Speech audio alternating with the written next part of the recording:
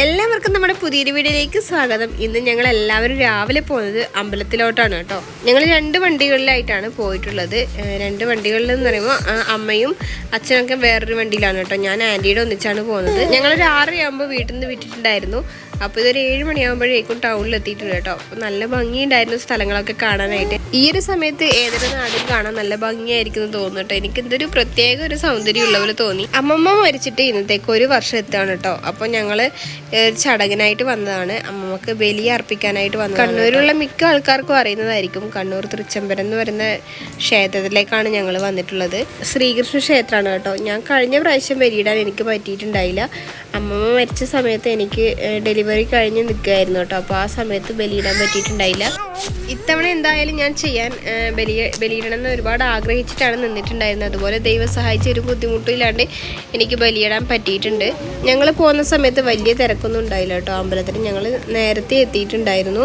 അമ്പലത്തിലോട്ട് പോകുന്ന സമയത്ത് ചെറിയൊരു പനിക്കുളമൊക്കെ എനിക്കുണ്ടായിരുന്നു കേട്ടോ. രാവിലെ വരുന്ന സമയത്തൊക്കെ എന്താണെന്നറിയില്ല, പൊടിയൊക്കെ പാറിയിട്ടുണ്ടായിരുന്നു തലേ ദിവസം. അതുകൊണ്ടാണെന്നറിയില്ല കേട്ടോ, ചെറുതായിട്ട് ഒരു പനിക്കുളമൊക്കെ ഉള്ളതുപോലെ ഉണ്ടായിരുന്നു. ഞാൻ കരുതിയത് പണി കിട്ടിയെന്ന് തന്നെയായിരുന്നു. അമ്പലത്തിലോട്ട് പോകുന്നവർ വലിയ കുഴപ്പമുണ്ടായില്ല കേട്ടോ. കർമ്മം ചെയ്യാൻ ഉദ്ദേശിക്കുന്നവരുടെ എണ്ണത്തിനനുസരിച്ച് നമ്മൾ കൗണ്ടറിൽ നിന്ന് റെസിപ്റ്റ് മുറിക്കണം. റെസിപ്റ്റ് മുറിച്ച് പിന്നെ നമ്മൾ നേരെ പോയിട്ടുണ്ടായിരുന്നത് കുളത്തിൽ മുങ്ങി കുളിക്കാനായിരുന്നു കേട്ടോ. മുങ്ങിക്കുളിച്ച് ഈറനാലെയാണ് ഞങ്ങൾ കർമ്മം ചെയ്യാനായിട്ട് ഇവിടെ വരുന്നത്, അമ്പലത്തിലോട്ട് വരുന്നത്. എനിക്കിതിനെപ്പറ്റി കൂടുതൽ വിവരങ്ങളൊന്നും അറിയില്ല. എന്നാലും ഞങ്ങൾ ചെയ്ത കാര്യങ്ങൾ ഞാൻ നിങ്ങളുമായിട്ട് ഷെയർ ചെയ്തതേ ഉള്ളൂ. അമ്പലത്തിൻ്റെ പിൻവശത്തായിട്ടാണ് ഈ കുളം വരുന്നത്. വലിയ കുളമാണ് കേട്ടോ. കുളിക്കുന്ന ഏരിയയിൽ നമ്മൾക്ക് പിടിച്ചിട്ട്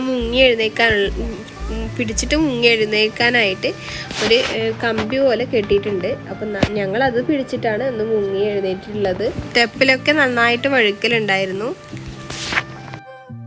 പിന്നെ മുങ്ങി എഴുന്നേറ്റ് ഞങ്ങൾ പിന്നെ നേരെ കർമ്മം ചെയ്യുന്ന ഏരിയയിലേക്ക് പോയിട്ടുണ്ട്. ഞങ്ങൾ പോകുന്ന സമയത്ത് അവിടുന്ന് കുറച്ച് ആൾക്കാർ ചെയ്യുന്നുണ്ടായിരുന്നു. അപ്പോൾ അവർ കഴിഞ്ഞതിന് ശേഷം നമ്മൾ എല്ലാവരും ഒന്നിച്ചിരിക്കാമെന്ന് കരുതി. അവിടുന്ന് ഒരു നമ്പൂതിരി നമ്മൾ ചെയ്യേണ്ട കാര്യങ്ങൾ പറഞ്ഞു തരും. നമ്മൾ അതുപോലെ ശ്രദ്ധിച്ച് ചെയ്യുകയാണ് വേണ്ടത്. കുട്ടികൾക്ക് നമുക്ക് ഒരുമിച്ച് ഇരുത്തി ചെയ്യിക്കണം എന്നുണ്ടെങ്കിൽ നമുക്ക് ചെയ്യിക്കാം. അല്ലെങ്കിൽ അവർക്ക് റെസിപ്റ്റ് മുറിച്ചതിന് ശേഷം നമുക്ക് അവരെ വെച്ച് ചെയ്യിക്കാം. പക്ഷെ ഞങ്ങൾ റെസിപ്റ്റ് മുറിച്ചില്ല. ഞങ്ങൾ അരികത്തിരുത്തിയിട്ട് നമ്മൾ തൊട്ടിരുന്നിട്ട് ചെയ്യുകയാണ് ചെയ്തിട്ടുണ്ടായിരുന്നത് കേട്ടോ.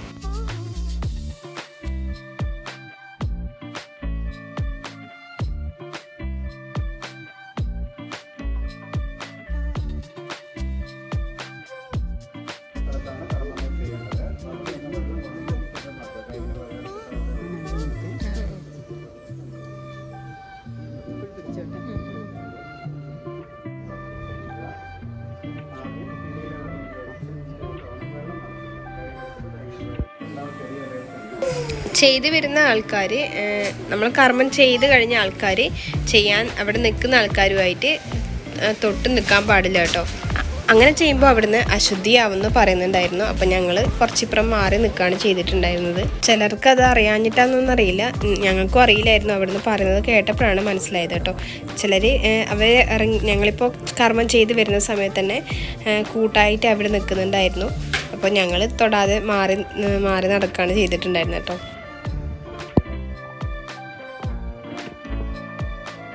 ഒരു 10-15 മിനിറ്റ് ഞങ്ങൾക്ക് അവിടെ വെയിറ്റ് ചെയ്യേണ്ടി വന്നിട്ടുണ്ടായിരുന്നു കേട്ടോ.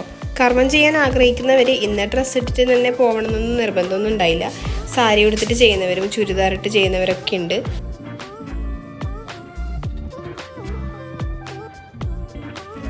വർഷത്തിലൊരിക്കൽ ഇതുപോലെ നമ്മൾ കർമ്മം ചെയ്യുന്നത് നല്ലതാണെന്ന് പറഞ്ഞു കേട്ടിട്ടുണ്ട്.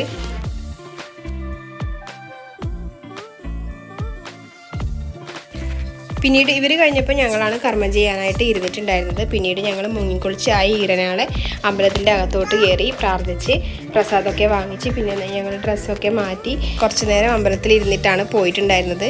രാവിലെ ആയതുകൊണ്ട് തന്നെ നല്ല പക്ഷികളുടെ സൗണ്ടൊക്കെ ഉണ്ടായിരുന്നു കേട്ടോ. അമ്പലം മൊത്തത്തിൽ കാണാൻ നല്ല ഭംഗിയും ഉണ്ടായിരുന്നു. ഞങ്ങൾ വരുന്ന സമയത്ത് വലിയ ആൾക്കാരൊന്നും ഉണ്ടായിരുന്നെങ്കിലും പിന്നീട് കുറച്ച് ആൾക്കാർ വന്ന് തുടങ്ങുന്നുണ്ടായിരുന്നു.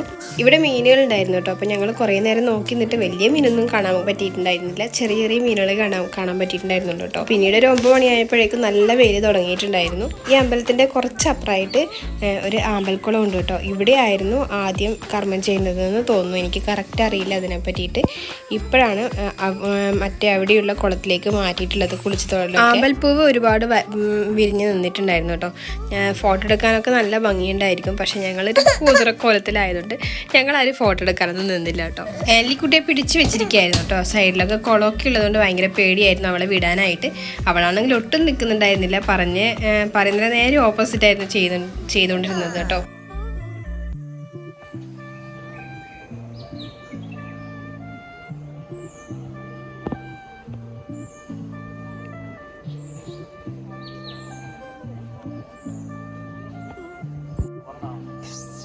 പറയണ്ടേ, ആൻലിക്കുട്ടി അവിടുന്ന് സൗണ്ടിൽ പാട്ടൊക്കെ പാടുന്നുണ്ടായിരുന്നു.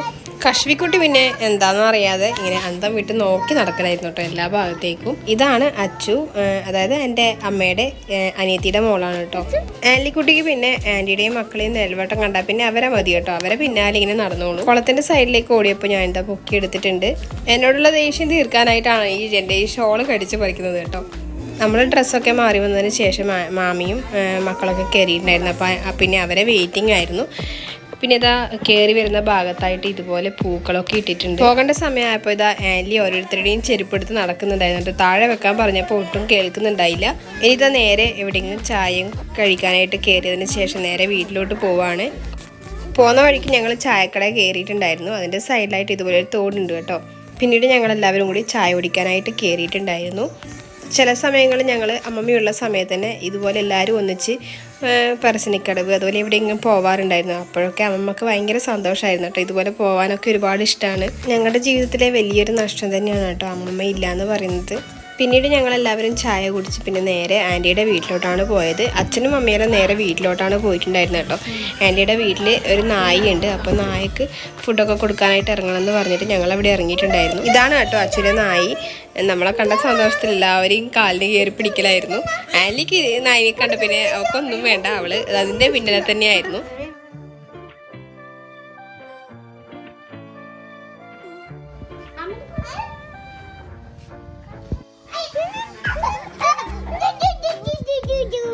അച്യുത രണ്ട് ഭാഗത്ത് നല്ല മുടിയൊക്കെ കെട്ടി സുന്ദരിയാക്കിയിട്ടുണ്ടായിരുന്നു. ഞാൻ കരുതിയത് കശ്മിക്കുട്ടിക്ക് പേടി ഉണ്ടായിരിക്കുന്നതാണ് കേട്ടോ. കശ്മിക്കുട്ടിക്ക് പേടി പോയിട്ട് അവൾക്ക് അതിനെ പിടിച്ച് നേരിടാനുള്ളൊരു സന്തോഷത്തിലായിരുന്നു അവളുണ്ടായിരുന്നത് കേട്ടോ. എനിക്ക് നായ്ക്കുട്ടീനൊക്കെ ഭയങ്കര ഇഷ്ടമാണ് കേട്ടോ. നായ്ക്കുട്ടി ഇതുപോലെ വീട്ടിലൊക്കെ വളർത്താൻ ഭയങ്കര ഇഷ്ടമാണ്. അപ്പോൾ അമ്മക്ക് നായ്ക്കുട്ടിയെ ഇതുപോലെ നായ്ക്കുട്ടി പൂച്ചക്കുട്ടി അതൊന്നും നമുക്കിഷ്ടമല്ല. അതുകൊണ്ട് വീട്ടിൽ വളർത്താറുമില്ല കേട്ടോ. പണ്ട് എൻ്റെ ഓർമ്മയിൽ ചെറുതായപ്പോൾ ആ സമയത്ത് ഒരു നായി ഉണ്ടായിരുന്നു. പിന്നെ അത് നമ്മൾ കൊടുക്കുകയാണ് ചെയ്തിട്ടുണ്ടായിരുന്നത്. ലിജിയാട്ടിൻ്റെ വീട്ടിൽ നായുണ്ട് കേട്ടോ. അത് പക്ഷേ കുറച്ച് വലുതായതുകൊണ്ട് ഞാനതിൻ്റെ ഭാഗത്തേക്ക് പോവാറില്ല. കശ്മിക്കുട്ടി ഇതാ അച്ഛൻ്റെ കയ്യിൽ സ്ഥാനം പിടിച്ചിട്ടുണ്ട്. ആൻലിക്ക് പിന്നെ ആൻലി നായ്ക്കുട്ടിയുടെ പിന്നാലെ തന്നെയായിരുന്നു. അവളെ ഫുഡ് കഴിക്കാൻ പോലും വിടാതെ വിധത്തിൽ ആൻലി അതിൻ്റെ പിന്നാലെ തന്നെയായിരുന്നു കേട്ടോ. കുറച്ച് കഴിഞ്ഞപ്പോൾ ആൻറ്റിയുടെ പേടിയൊക്കെ പോയിട്ടുണ്ട്. അപ്പോൾ ഇത് ആൻറ്റിയുടെ വീട് ഇതാണ് ആൻറ്റിയുടെ വീട്. ഞങ്ങളെ വീട്ടിൽ നിന്നൊരു 3/4 മണിക്കൂറോളം ഓടാനുണ്ട് ആൻറ്റിയുടെ വീട്ടിലോട്ട്. പണ്ട് അമ്മമ്മയുള്ള സമയത്താണെങ്കിൽ അമ്മമ്മ എപ്പം പറഞ്ഞുകൊണ്ടിരിക്കും കേട്ടോ, എന്തിനാ ഇത്ര ദൂരെ പോയി വീടെടുത്തേന്ന്. അമ്മമ്മക്ക് മക്കൾ എല്ലാവരും അടുത്ത് വേണമെന്നാണ് കേട്ടോ. ഇപ്പോൾ ചേച്ചി വരുന്ന സമയത്താണെങ്കിൽ അവൾക്ക് എന്തൊക്കെയാണ് ഇഷ്ടം എന്നുള്ളത് അതൊക്കെ അമ്മ അവിടെ എടുത്ത് വെച്ചിട്ടുണ്ടാവും അവൾക്ക് കഴിക്കാനുള്ള. അവൾക്ക് ഈ പൊങ്ങൊക്കെ കഴിക്കാൻ ഭയങ്കര ഇഷ്ടമാണ് കേട്ടോ. അവൾ വരുമ്പോഴേക്കും എവിടെന്നെങ്കിലും അത് സംഘടിപ്പിച്ച് അവൾക്കുള്ളത് കഴിക്കാനുള്ളതൊക്കെ അമ്മമ്മ റെഡിയാക്കി വെക്കും. അതുപോലെ എന്ത് കഴിക്കാനുണ്ടെങ്കിലും നമുക്കുള്ളൊരു ഓതി അമ്മമ്മ മാറ്റി വെക്കാറുണ്ട് കേട്ടോ. അതൊക്കെ വല്ലാണ്ട് മിസ് ചെയ്യുന്നുണ്ട് ഇപ്പോൾ. നമ്മുടെ നായ്ക്കുട്ടിയുടെ പേര് ലൂണ എന്നാണ് കേട്ടോ. ലൂണ എന്ന് വിളിക്കുമ്പോൾ ആൾ ഓടി വരും. ആളിതാ അവിടുന്ന് എന്തൊക്കെയോ കുരുത്തക്കേട് ഒപ്പിക്കുന്ന തിരക്കിലാണ് കേട്ടോ. ആൻലി ഇവിടുന്ന് വിളിച്ചു പോകുന്നതൊന്നും അവൾ ശ്രദ്ധിക്കുന്നില്ല.